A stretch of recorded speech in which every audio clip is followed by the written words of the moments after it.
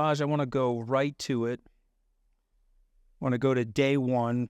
We're at point zero for Solana. Tell us the origin story, how it came together, you, Anatoly, the developers. What were you guys thinking? Yeah, so we started in late 2017, early 2018 when, we were just coming off of the ICO boom. And I think the biggest sort of learning that the market and that we were focused on was that an application as small as CryptoKitties with, tens of thousands of users could pretty much grind Ethereum to a halt. It didn't look like Bitcoin was any more scalable. So it was sort of the topic du jour, how are we going to scale blockchains? And what we saw was both, Ethereum's roadmap and every new entrant that was raising, $100+ million rounds, they were all focused on sharding, which is, partitioning the network, separating it, separating states, separating users, separating liquidity, and then making them interoperable, which is what you see sort of in motion today with the Ethereum roadmap and others. And our approach was, how would you design a network to not have sharding, but also, Anatoly and I think we were at a point in our careers where we wanted to swing for the fences and we wanted to do something that would be lasting. And so the question was not just, can we design something? The question was also, how do you make it so that you're always battling physics? How do you make it so that as hardware improves and as network bandwidth improves, the network improves in cost and performance and latency? And how would that network be designed? And the answer had to be, you have to build everything from scratch, which was very controversial, very contrarian, which, I think to Anatoly's credit, he stuck to his guns all the way down to something like building SVM, which is a new, virtual machine that doesn't support Solidity, where all the developers were learning to code.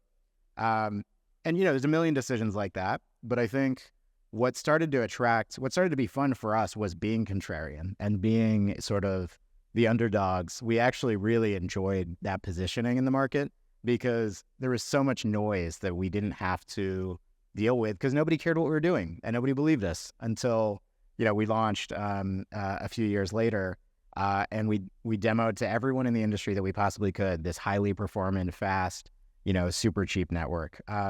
So, performance is really, it was the focus. It continues to be the focus. We wanted to, always underpin the great user experiences and use cases. And we're still having fun with it, which is great. Surprises happen throughout the course of everything. Name some of the surprises. Were you surprised by quick adoption? Were you surprised by... I think everything. Yeah. First of all, we love surprises, right? Because it's like, that means your mental model was somehow incorrect. And the more surprised you are, the more intense the learnings are about to be. So, yeah, some of the surprises, I think we at first thought that use cases like Helium, so 5G networks with towers that are close together, with lots of mobile network operators that need to do settlement and accounting across these, this explosion of operators, we thought that would be where, blockchain would be super useful. And so we went after enterprises. Later, we thought DeFi would be really important. And what ended up happening was we weren't wrong on the use cases being valuable or useful or performance mattering. We were totally wrong on how they would happen. So, there were no enterprises that were thinking far enough ahead to adopt blockchain for 5G networks. And really our first 250,000 users came from one really intensely frothy NFT drop, which was Degen Ape Academy. And everybody from Ethereum and other networks who saw that drop was happening and all came into the Discord at the same time.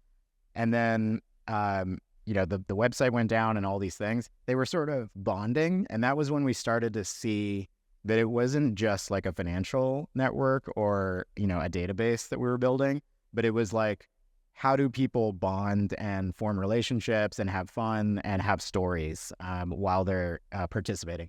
Maybe in 50 years, that's, nobody's going to care about the friendships they make using a blockchain. But at that stage, it actually was really important to get mind share and for people to have a sense of like, what is it that I'm participating in and what am I using? And so we leaned into that for a while. I think we were surprised. I would sum that up by saying we were surprised how fun it could be to use a blockchain and see these early use cases take hold. And we really, made sure that the brand communicated that, and that became reflexive. More people came because, Solana is a lot of fun. So I want to role play with you for a second. I want you to play the role of a chief technology officer who is developing a real world application. Okay, it could be Qtus, the ring that we're wearing, which is an Aura competitor. It could be Parcel, which is a real world asset company that's basically giving you the opportunity to buy or sell real estate markets, and we can list hundreds of different places. You're the chief technology officer of this new project. You have to come up with a underlying token that you're going to build your application on or your idea on. What are some of the things that would attract a chief technology officer to Solana? Yep. So I think it's a multifaceted analysis. And the one that's really boring that we always start with and, that is baked into the design of Solana is decentralization and censorship resistance. So if this is a founding CTO that's building his life's work or that intends to be in his role for 20 years, look what we've already seen happen in the last 5 years. You see, state pressure, you see, technological disasters, natural disasters. There are so many things that can happen. And a resilient network that at its foundation is actually decentralized with thousands of nodes, and, that is censorship resistant against all the actors that might want to come and, disrupt the operations of that blockchain, is really critical, which is why Solana is, anybody can run a node. It's not permissioned. It's not limited to a small set of people. And so we have geographic distribution in, like 100 plus countries, and there are thousands of nodes, which is on the order of magnitude of Bitcoin and Ethereum. So that's sort of table stakes. I think, beyond that, and I've already kind of harped on this, but a CTO that is building something that they expect to scale needs to plan 5 years out. I've been speaking with people here today that are actively asking about, constraints that they're not facing today, but that they're facing 2 years from now, 5 years from now. What if I get 100 million users? What are my usage metrics going to look like? What if we're doing, single day settlement of $1 trillion of assets? And so battle tested production, stress tests of the network under extreme load, which it turns out, people having fun, they really stress the infrastructure that they're using. Like people trading meme coins, trading NFTs. At times in 2021, we saw ingress to the network of 4 million transactions per second of people that were just normal humans, and then bots that were trying to get ahead of those humans to get a picture of an ape wearing a hat. And like, you can't reproduce that kind of stress test, in a way that simulates real humans acting on real financial incentives with, infinite money. It's really the kind of thing that you have to see under real stress of real assets. And so Solana's been through that, just cycle after cycle now. Like their entire product cycles, like NFTs, that we just forget about because now Solana's known as like a meme coin chain. But each of those, what we see is the same kind of stress testing that, YouTube went through when they had their first viral video, which was like Lazy Sunday. It was an SNL short clip. And every stress test that it goes through, I think it makes it more resilient for a CTO. There's a whole list of other things. I think one of the things that was a tougher decision 3 years ago is, should I retrain my engineers on Rust to build on SVM when a lot of them want to build on Solidity? And that was a hard multi-year slog that we had to get through to make Solana Virtual Machine easy to develop for, make it abstracted, have junior developers be able to develop for it, have a support system, have a Stack Overflow, documentation. And today, it's really not a hard choice. Like what we find is CTOs know the engineers that they want to train first. It takes them a couple weeks. And, one of the things Solana Foundation does is run workshops with engineering teams to get them across the line. All right, so that's sort of the entrepreneurial discussion, and the real world use cases is at the application level. Let's talk about Stripe, PayPal, Visa, some of the large scale institutional payment transfer companies. They're all using Solana. Why?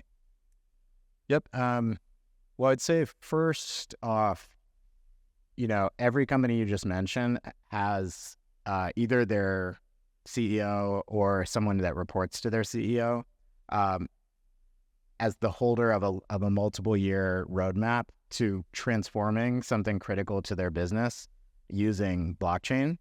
And those are the types of people that think 4 or 5 years ahead and say, what if this succeeds 100x more than we thought? And each of those companies you just mentioned has engineering teams of, 12 to 50 people that actually go use the things that they're going to try and scale with before they make a decision. So every time we find that that's the case, we don't really even have to talk to these companies. They end up, often picking Solana. So you mentioned like Visa, they started on Ethereum L1 with a pilot settling USDC between banks and merchants and card issuers. And, it was a pilot. They saw that Ethereum fees and latency were not really that much better than ACH. And so to scale, again, there's a menu of options out in the market. But Solana really performs under actual, kicking of tires. So I'd say that's one. The other part is just the developer ecosystem. So PayPal USD recently, it's close to $500 million in issuance, which is more than Ethereum's in 4 months. And I would say, they got there because there's such a healthy, vibrant ecosystem of now like generation 3 DeFi protocols that have adopted that stablecoin because they're really excited about, a major brand entering the space, innovating. PayPal, worked with Solana Foundation and engineers that work on the core protocol to design confidential transfers, which is like a really cutting edge privacy standard that meets their compliance checks, but also is performant and it's developer friendly, and it doesn't overkill on privacy or compliance. It's a really good middle ground.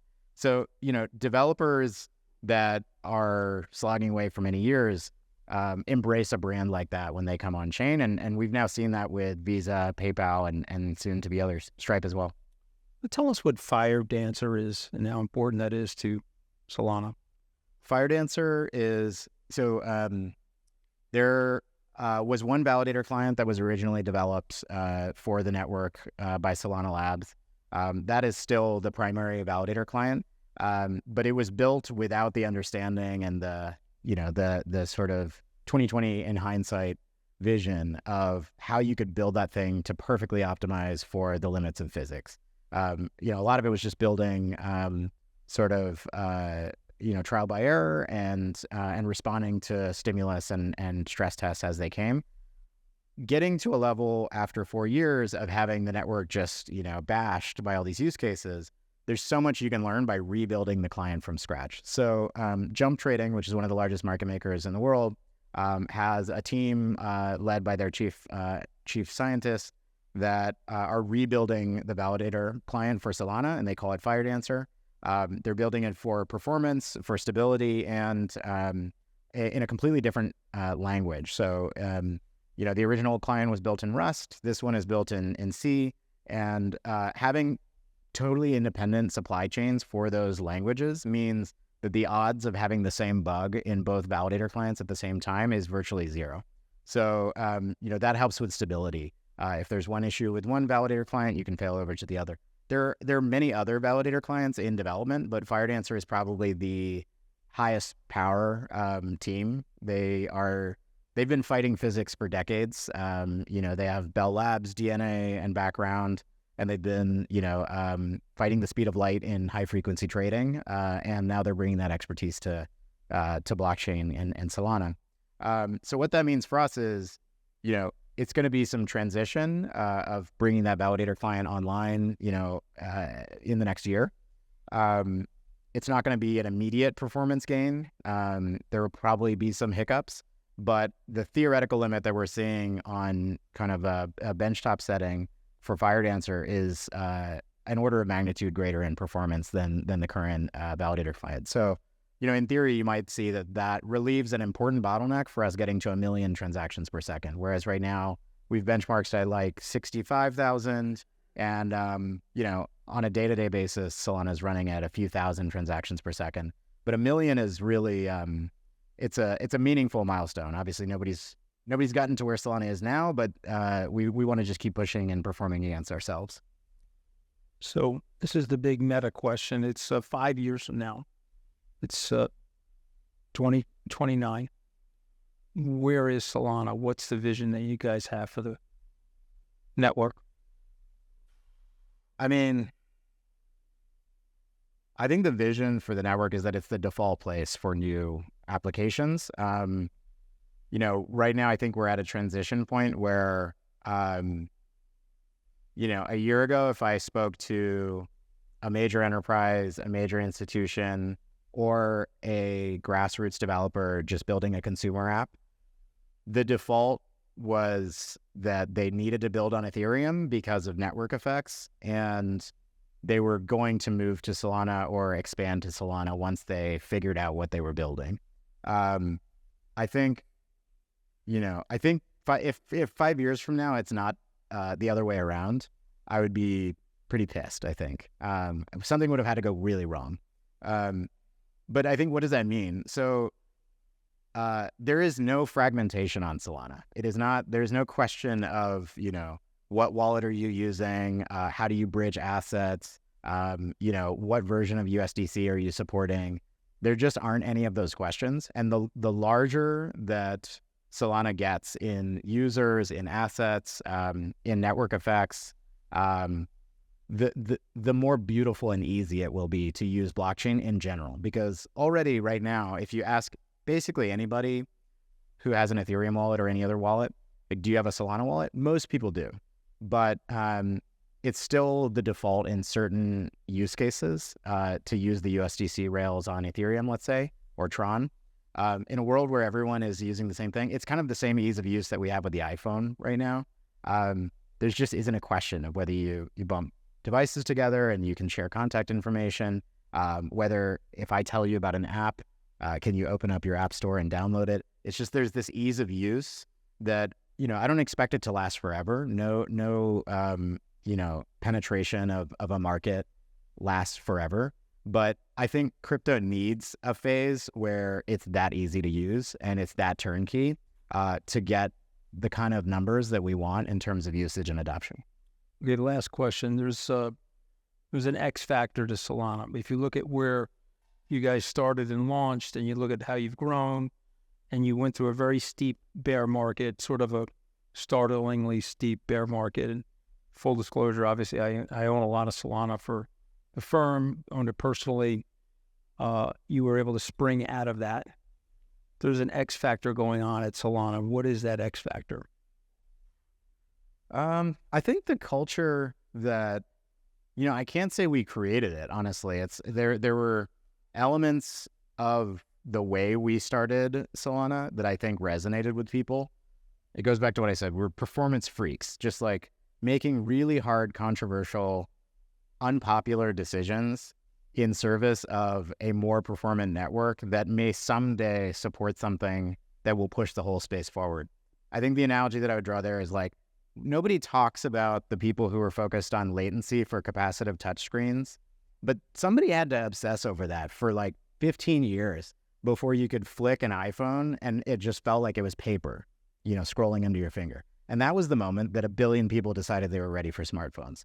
So that relentlessness is something that I think people can just smell on us, and it's attractive to people because they want to be with people who build something that's bigger than themselves and that's for a bigger reason. And a lot of the times an easy way to filter for that is somebody that's like really, really focused. So we attract really focused people, and it turns out that focused people don't get distracted by, market volatility, which has been a good feature. Or presidential elections, right? Yeah. Raj, do a good job, Raj. You got a lot of my money, okay, ladies and gentlemen. Very good.